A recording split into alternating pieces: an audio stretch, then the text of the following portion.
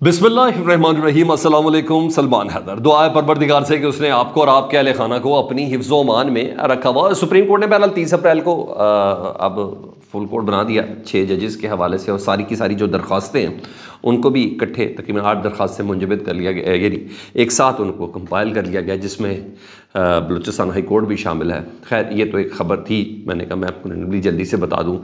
नवाज़ शरीफ साहब की जासूसी हो रही है जी। हाँ, उनके दौरा चीन पर, और इस्लामाबाद में तहफ़्फ़ुज़ात हैं। इस सिलसिले में क्या क्या हुआ, नवाज़ शरीफ साहब ने इनकार किया था इसहाक़ डार को ले जाने से कि ये मेरे साथ नहीं जाएगा, क्योंकि इस टाइम ये उनका बंदा है। ठीक है जी, उसकी तफसील आपको सामने शेयर करता हूँ। शेर अफजल मरवत साहब का भाई का जो सरकारी ओहदा है, हुकूमती ओहदा, वो ख़तरे में पड़ गया। इमरान खान साहब ने उनको गो हेड दे दिया जी, शिकायत की थी। और वफाक ने अब गंडापुर साहब ने जो कहा था मैं कब्ज़ा करूँगा, उन्होंने कहा नहीं, वापस ही नहीं जाएगा। क्या ये जवाब आया है, किन साहब ने दिया। और जावेद लतीफ़ पर अब अज़मा बुखारी साहबा उन्होंने बार की, जावेद लतीफ़ साहब की मुखालफत ना किसी और से नहीं है, वो इस्टेब्लिशमेंट पे बाद में इल्ज़ाम ने, पहले ज़रा अपनी मंजी के नीचे डांग फेरें तो शायद उनको थोड़ी चीज़ें क्लियर भी नज़र आ जाएंगी। डिटेल्स बहुत इंटरेस्टिंग है, सारी मैं आपके सामने रखने जा रहा हूँ। तफसील में जाने से पहले रिक्वेस्ट के चैनल देखें तो चैनल सब्सक्राइब कर दें, ताकि मेरा और आपका ये रब्ता रहे जी।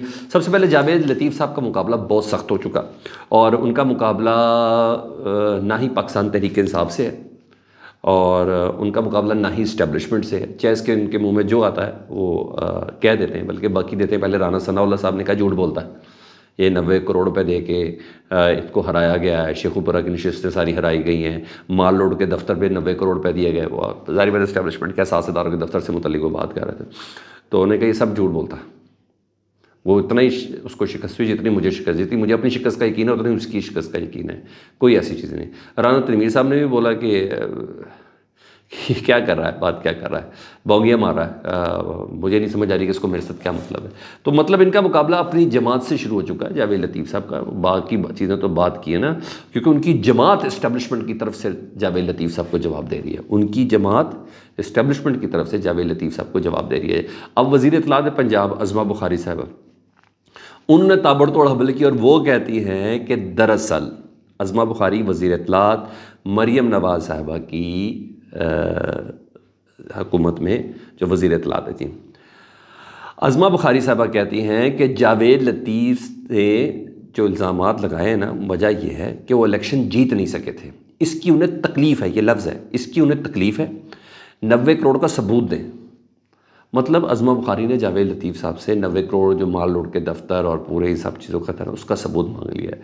तो जावेद लतीफ़ साहब से वैसे दरख्वास्त है, पहले ज़रा अपनी जमात को सबूत दे दें, पहले अपनी जमात को कन्विंस करें, फिर जाएँ इस्टेब्लिशमेंट की तरफ, तो वो आपको तब पूरा करेंगे। पहले ज़रा इधर ही आ जाएँ, क्योंकि राना सनाउल्लाह को क्लियर करें पहले आप, राना तनवीर साहब को क्लियर करें, अज़मा बुखारी साहबा को क्लियर करें, ये तमाम चीज़ें। यही वजह है जो मेरे पास ख़बरें हैं कि इनको ऑफ़र भी दी गई है।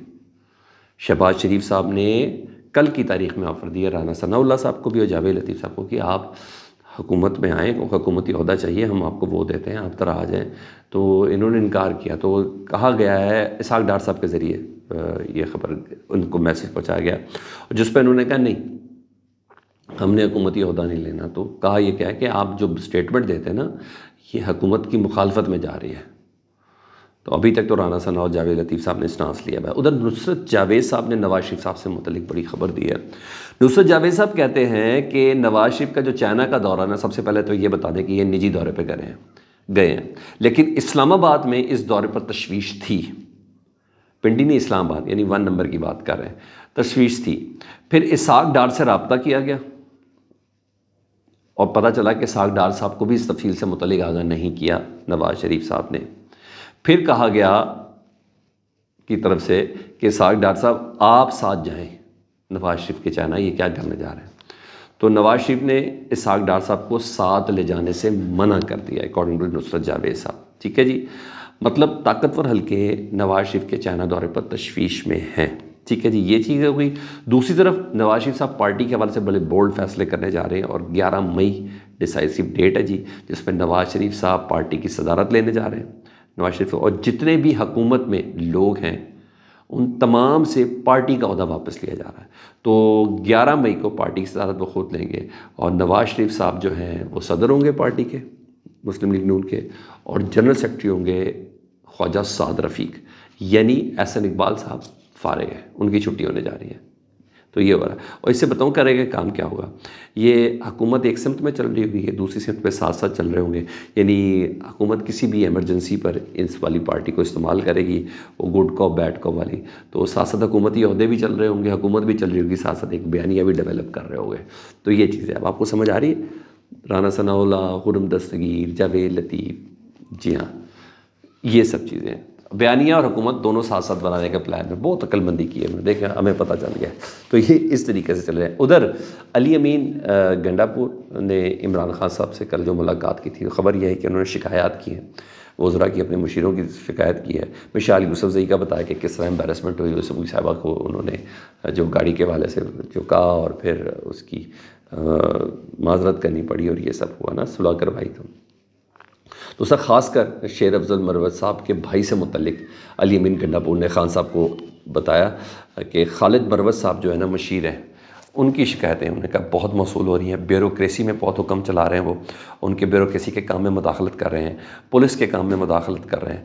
تو جس کی وجہ سے میں بڑا ڈسپورٹ، دیگر وزراء کی بھی رپورٹ انہوں نے پیش کی. تو عمران خان صاحب نے تشویش کا اظہار کیا اور مکمل طور پر علی امین گنڈا پور صاحب کو انہوں نے اختیار دیا کہ خود فیصلہ کریں، جس کو فارغ کرنا ہے کریں اور جس کو جس طریقے سے کام کرانا کرائیں. میری طرف سے تمام اختیارات آپ کے پاس ہیں.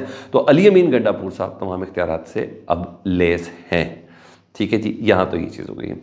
کل آپ کو پتہ ہے جج صاحب نے عمران خان صاحب کی نا سیاسی گفتگو سے منع کر، سیاسی کا دیگر تمام گفتگو سے منع کر دیا ہے کہ آپ اداروں پر بات نہیں کر سکتے، اسٹیبلشمنٹ پر بات نہیں کر سکتے، اعلیٰ سرکاری افسران پر بات نہیں کر سکتے، تنقید نہیں کر سکتے، ایون اشاروں کنایوں میں بھی بات کرنے سے منع کیا تھا اور ریٹن حکم دیا تھا اور منع کر دیا تھا. تو اس حکم پر نا شیر افضل مروت صاحب نے عمران خان صاحب کی طرف سے اسلام آباد ہائی کورٹ میں درخواست چیلنج کر دیا اس حکم کو کہ ڈیالہ جیل کے جج نے ہمیں یہ حکم دیا ہے، نیب کا جو جج تھے، تو کہ سیاسی گفتگو پر پابندی نہیں لگائی جا سکتی. یہ پلی انہوں نے پکڑی نا. تو اٹارنی جنرل نے یہ کہا عدالت میں آ کے کہ یہ تو اڈیالہ جیل کا حکم نامہ ہے نیب کا، تو یہ تو اسلام آباد کی جورسڈکشن میں نہیں آتا، تو اسلام آباد ہائی کورٹ میں یہ چیلنج نہیں ہو سکتا. اس کو تو یا تو لاہور ہائی کورٹ میں چیلنج ہونا چاہیے. تو جسٹس اسحاق خان صاحب ان 6 ججز میں شامل ہیں. ٹھیک ہے جی، ہاں جی، انہوں نے دارہ اختیار پر دلائل مانگ لیے جی. انہوں نے کہا کہ 10 مئی تک سماعت ملتوی کرتا ہوں، 10 مئی تک یا دارہ اختیار پر دلائل دیں یا اٹارنی جنرل صاحب اسلام آباد کے جو ہے نا وہ آ کے ہمیں یہ تمام چیزیں تفصیل سے آگاہ کریں. ہاں ایک جملہ انہوں نے بڑا زبردست بولا، اس سے مجھے تو کسی چیز کی اب کوئی گنجائش رہی نہیں. انہوں نے کہا یہ جو پابندیاں ہیں نا، یہ کالونیل دور کی زنجیروں سے باہر نکلنے کی ضرورت ہے کہ بولنے پہ پابندی، اس سے متعلق بات نہیں کر سکتا. انہوں نے کہا یہ کالونیل دور کی ہے، یہ زمانہ غلامی کے زمانے کی ہے، اب اس دور سے باہر نکلنا چاہیے. تو اس کیس کی درخواست پر انہوں نے یہ سماعت کی ہے. اب دیکھتے ہیں عمران خان صاحب 10 مئی تک چپ رہتے ہیں، مجھے تو نہیں لگتا ویسے. اب یہ چیز ہے تو وہاں یہ ہے. ادھر گنڈا پور صاحب نے کل اسلام آباد میں قبضے اور پھر وہ تمام چیزیں باتیں کی، عمران خان صاحب کو رہا کروائیں گے اور یہ سب کریں گے نا، تو کافی چیزیں بات سامنے آئی تھی. تو خواجہ سعد رفیق نے آج اس حملے کا جواب دیا اور اس بات کا کیا. انہوں نے کہا بطور حکمران اگر انہوں نے حملہ کیا علی امین گنڈا پور نے، تو بطور حکمران وہ واپس نہیں جائے گا، وہ بالکل واپس نہیں جا سکتا. اور اس کے کئی مطلب نکلتے ہیں کہ بطور حکمران وہ واپس نہیں جائے گا، مطلب کوئی لحاظ نہیں کریں گے. اچھا، بطور حکمران واپس نہیں جائیں گے مطلب گرفتار کر لیں گے، مطلب جیل میں ڈال دیں گے، ان کو نااہل کر دیں گے. یہ ایکسٹریم فارم کیا ہے؟ اگر وہ ایسے ہے تو پھر کے پی کے میں گورنر راج لگ جائے گا. تو بہرحال اب یہ جواب آنا شروع ہو گیا ہے. سخت سٹیٹمنٹ تھی علی امین گنڈا پور کی، سخت سٹیٹمنٹ تھی، اس میں کوئی شک نہیں ہے. آپ کو کیا لگتا ہے کامنٹ سیکشن میں مجھے ضرور بتائیے گا. اپنا بہت خیال رکھیں. اللہم صلی علی محمد و آل محمد.